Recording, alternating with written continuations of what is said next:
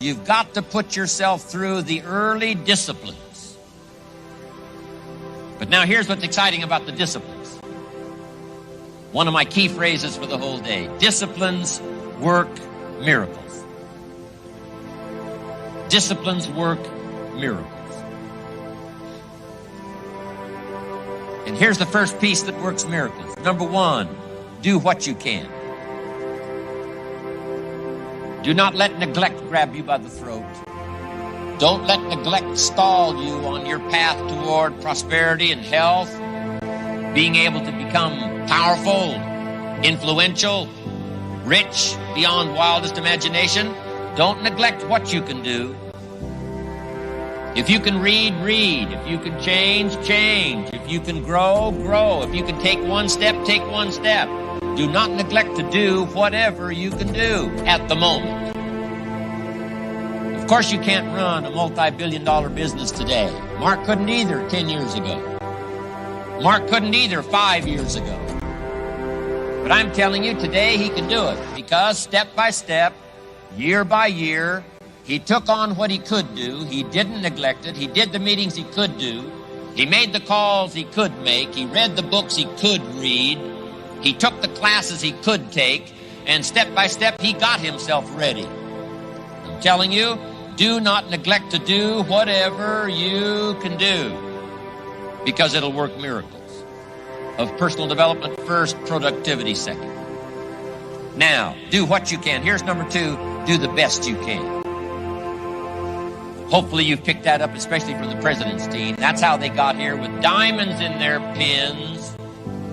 They not only did what they could, they did the best they could.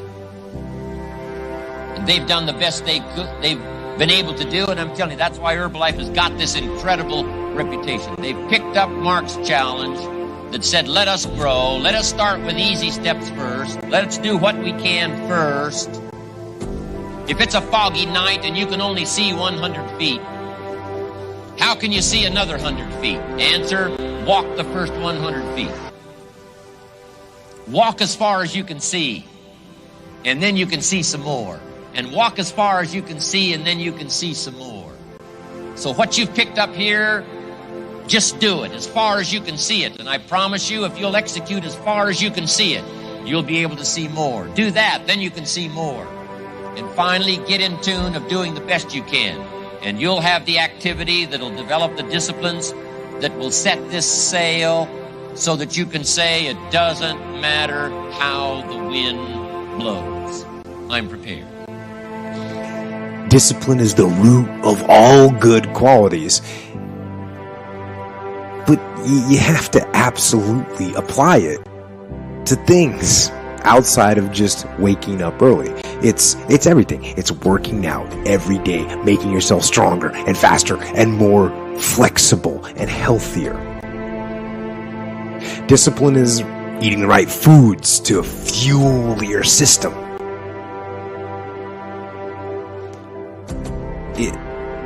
It's about disciplining your emotions so you can make good decisions. It's about having the discipline to control your ego so your ego doesn't get out of hand and control you. It's about treating people the way you would want to be treated. And doing the tasks that you don't necessarily want to do, but that you know will help you or help your team. It's about facing your fears. It takes discipline to face your fears so you can conquer them. And that's what discipline is. Discipline means taking the hard road, the uphill road, to do what's right for yourself and for other people.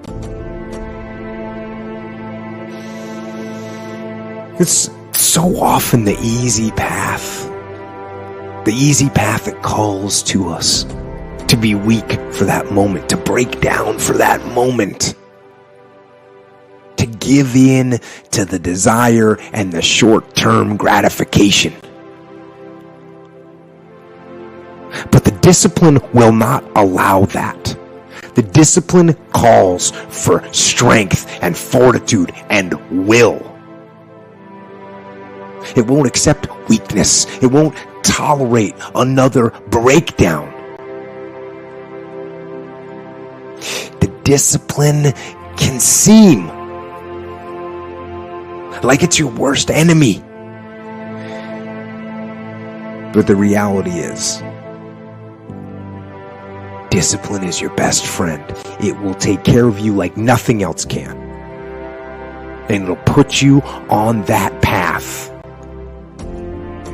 The path to strength and health and intelligence and happiness. And most importantly, it'll put you on that path to freedom. You know, I was taught this morning, a good way to talk about discipline is you have to discipline yourself to get out of bed in the morning, and you have to discipline yourself to go to bed at night, and all throughout the day, it's one thing after another, disciplining your thoughts, disciplining your mouth, disciplining your attitude, your actions, getting your work done, and on and on and on. And so to say I'm not a disciplined person is actually not true. You have the fruit of self-control. You may not be using it, but you have it. So stop saying, I just can't control myself in that area, because what's in your power to do is in your power not to do. You know, a lot of people are very, very talented.